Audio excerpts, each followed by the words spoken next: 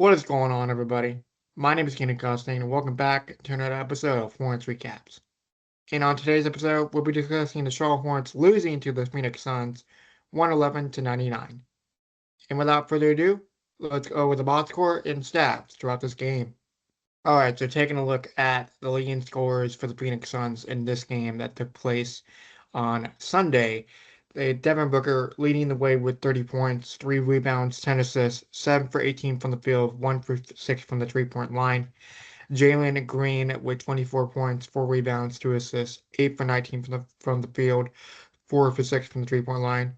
Colin Gillespie with 24 points, Colin Gillespie had 24 points, 5 rebounds, 4 assists, 8 for 15 from the field, and 5 for 10 from the 3-point line.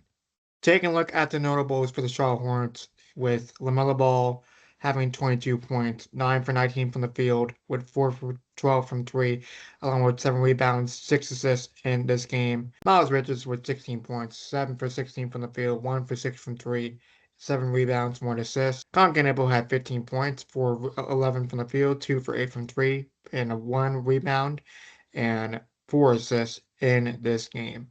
Taking a look at the team stats throughout this game, you had the Phoenix Suns shooting at 45.6% to the Hornets 42%. The three-point percentage was about 39% for Phoenix, 33.3% for Charlotte. The free throw battle, not even close, 88.5% for Phoenix to the Hornets 66.7%. The total rebound category, the Hornets winning the total rebounds with 41 to 40. Offensive rebounds 13 to 10. Defensive rebounds was 30 to 28 Phoenix. The assist numbers tied at 24 apiece. The blocks 6 to 5 Hornets. The steals 5 to 1 Phoenix. The turnovers 11 to 6 Hornets leading that category. So Phoenix committing the fewest turnovers. The points off turnovers 14 to 4. The fast break points 16 to 10 Phoenix. Points in the paint 40 to 34, and the points per possession 1.05 for Charlotte, 1.26 for Phoenix. The large personal foul, 21 for Charlotte to 17 to Phoenix, and the largest lead for the Phoenix Suns in this game was 16 to the Charlotte Hornets 8. Now, for my Hornets, player of the game belongs to Ryan Kalkbrenner with 10 points, 7 rebounds, 4 for 6 in the field. And with Ryan Kalkbrenner, you know, being a backup center for Moussa Diabate, there wasn't really a player of the game that really stood out after looking over the stats to each player. I would probably give the edge to Ryan Kalkbrenner because of the production that he probably did. With Grant Williams, he's been the player of the game a couple times this season, but not too eye-opening when it comes to the numbers that he put up. Sure, Grant Williams went 3 for 4 from the 3-point line, and that's what he's basically known for this season. So Ryan Kalkbrenner, um, getting better throughout the stretch and being the backup center for Moussa Diabate. So Ryan Kalkbrenner is your Hornets player of the game. My thoughts during this game that took place on a Peacock on Sunday was the Hornets got off to a great start throughout the first quarter, and second quarter was able to keep Phoenix, close. And basically, there was a instances in the third quarter where there was too many defensive breakdowns, laying the shot clock one down. Like, for example, there's a few instances that Moussa Diabate had a steal and Phoenix was able to pick up the ball quickly and find a wide open shooter with the shot clock winding down. So a lot of broken plays for Phoenix that fell their way, and for the Hornets weren't able to capitalize on the mistakes that Phoenix was able to commit or possibly commit during those broken play breakdowns, I should say. So that was a little frustrating, but with the Hornets, sure they've played well, and not every game's going to be a perfect or winnable, or not. I won't say winnable. I would say I would say possibly a win, a win in the category, if you will.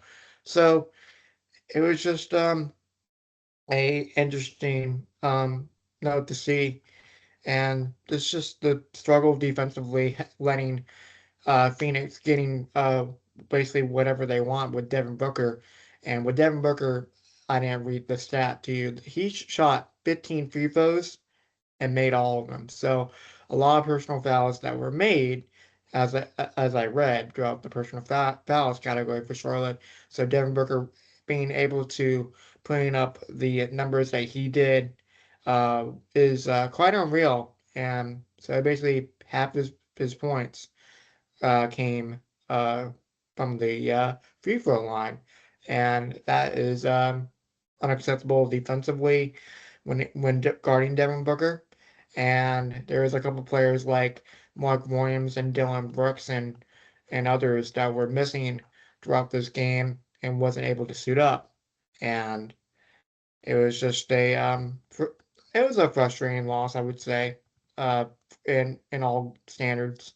So just too many defensive breakdowns for the Hornets when it would lead to broken offensive plays for Phoenix. Now in the third quarter, at the end, the Hornets were able to still keep it close, but like I said before, the Suns were able to build a little bit of a gap throughout the fourth quarter for the Hornets. Were able to make another run. So the Suns basically did what they had to do in order to keep their positioning throughout the West, and that which led them to winning this game for sure.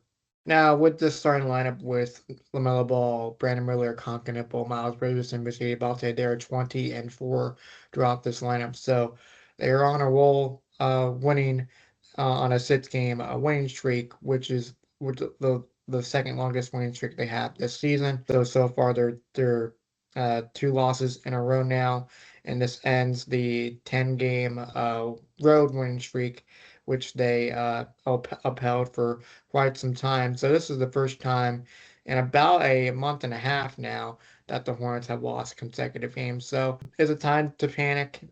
I wouldn't say so quite yet. These are tough teams that they're coming up against, and the Phoenix Suns and the Portland Trail Blazers, which we'll get to more on the other side. And the loss against Miami Heat, which I really think it really brought the Hornets back down to earth for a minute after winning the six straight games in a row. So the Hornets are pretty much still in the conversation of being in the play-in tournament, which we'll get to more here in a second, the play-in tournament side of the standings. Now, when it comes to the standings right now, the Magic hold the last spot for the sixth seed, which means that they're eligible for a regular playoff positioning. They have won their last four. Miami at seven, winning five in a row in the seventh spot. The Sixers, however, have lost two in a row, and the Atlanta Hawks, which they've been playing their best ball as of late, winning six in a row. Magic are 35-28, the Miami Heat 36-29, the Sixers 34-30, the Atlanta Hawks 33-31, and the Hornets right now are 32-33, losing their last two. And I don't really think when it comes to the Milwaukee Bucks, they're going to make a huge push. Neither the Chicago Bulls, so I feel pretty safe about the Hornets taking one of the spots, 6 through 10. If they continue to do play like they played throughout the six-game winning streak. So is everybody else in the East thriving right now? I would say yes. If you're a 76ers fan who lost their last two games at this point, so the Hornets looking for a redemption arc this weekend, trying to get back on track and trying not to get a losing streak started. So when it comes to the Portland Trail Blazers, which will be the game up next later tonight, the Hornets are, like I said just a second ago, looking to rebound quite nicely uh, um, over a two-game losing streak, which was against Miami and the Phoenix Suns. And it's gonna happen, man. These games are meant to be played, and the team, your opponent gets the best of you, and certainly plays better. And there's just some of these things happen, and shout out to the Phoenix Suns for executing, and we'll see what happens against Portland. So that'll do it for another episode of Hornets Recaps. Again, my name is Keenan Costain, and if you like what you see, feel free to give it a like, subscribe down below for more, and let me know in the comment section down below what your thoughts on the Phoenix Suns game. What do they need to do against Portland? What are your thoughts on the games going forward? And the next game will be taking place tonight at Portland at 10 o'clock Eastern Standard Time. So this game two of a four-game road trip on Tuesday, March 10th. And until next time, have a good one, folks. See ya.